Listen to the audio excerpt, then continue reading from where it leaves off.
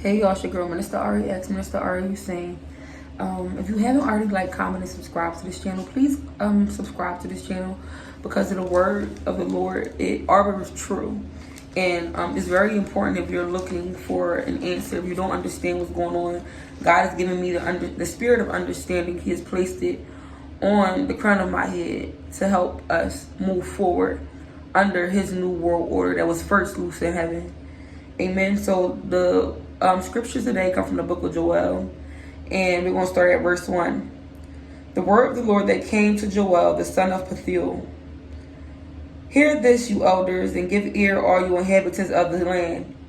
Has anything like this happened in your days, or even in the days of your fathers? Tell your children about it. Let your children tell their children, and their children, and their children. What the chewing locust left, the swarming locust has eaten. What the swarming locust left, the crawling locust has eaten. And what the crawling locust left, the consuming locust has eaten. Awake, you drunkards, and weep.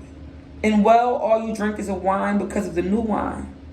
For it has been cut off from your mouth. For the nation has come up against my land, strong and without number.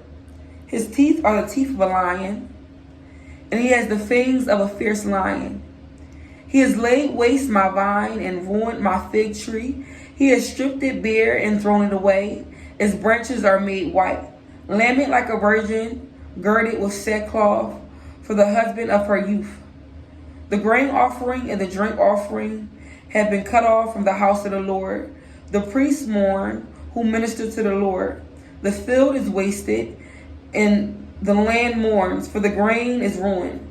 The new wine is dried up, the oil fails. Be ashamed, you farmers. Woe, you vine dressers, for the wheat and the barley, because the harvest of the field has been perished. It has perished. The vine has dried up, and the fig tree has withered. The pomegranate tree, the palm tree, and the apple tree. All the trees of the field are withered. Surely joy has withered away from the sons of men. Gird yourselves and lament, you priests. Well, you who minister before the altar. Come, lie all night in sackcloth, you who minister to my God. For the grain offering and the drink offering are withered from the house of your God. Consecrate a fast, call a sacred assembly, gather the elders and all the inhabitants of the land into the house of the Lord your God, and cry out to the Lord. Alas, for the day of the Lord is at hand. It shall come as destruction from the Almighty.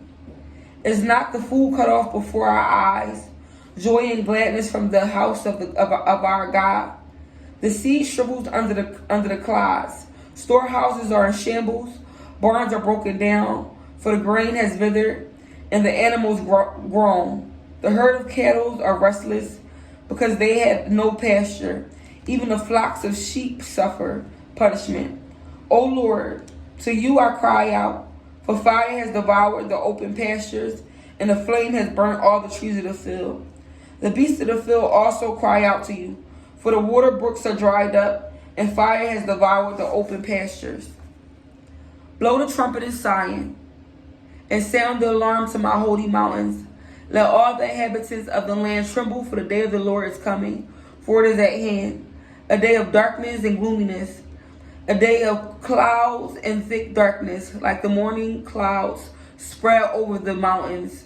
A people come great and strong, the like of whom have never been, nor will there ever be any such after them, even for many successive generations. A fire devours before them, and behind them a flame burns. The land is like the Garden of Eden before them, and behind them a desolate wilderness.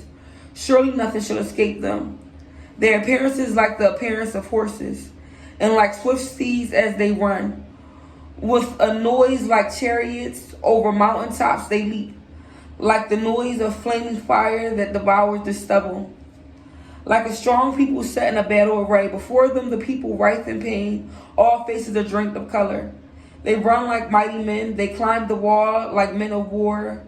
Everyone marches in formation, and they do not break ranks. They do not push one another. Everyone marches in his own column. Though they lunge between the weapons, they are not cut down. They run to and fro in the city. They run on the walls. They climb into houses. They enter at the windows like a thief. The earth quakes before them. The heavens tremble. The sun and the moon grow dark, and the stars diminish their brightness. The Lord gives voice before his army, for his camp is very great. For strong is the one who delivers his word, who executes his word. For the day of the Lord is great and very terrible. Who can endure it? So that was the book of Joel, chapters 1 and 2. That's what the Lord has been leading me to say, and he's been trying to get me to say it for a couple of months now, but I haven't had my eyes completely stay on him.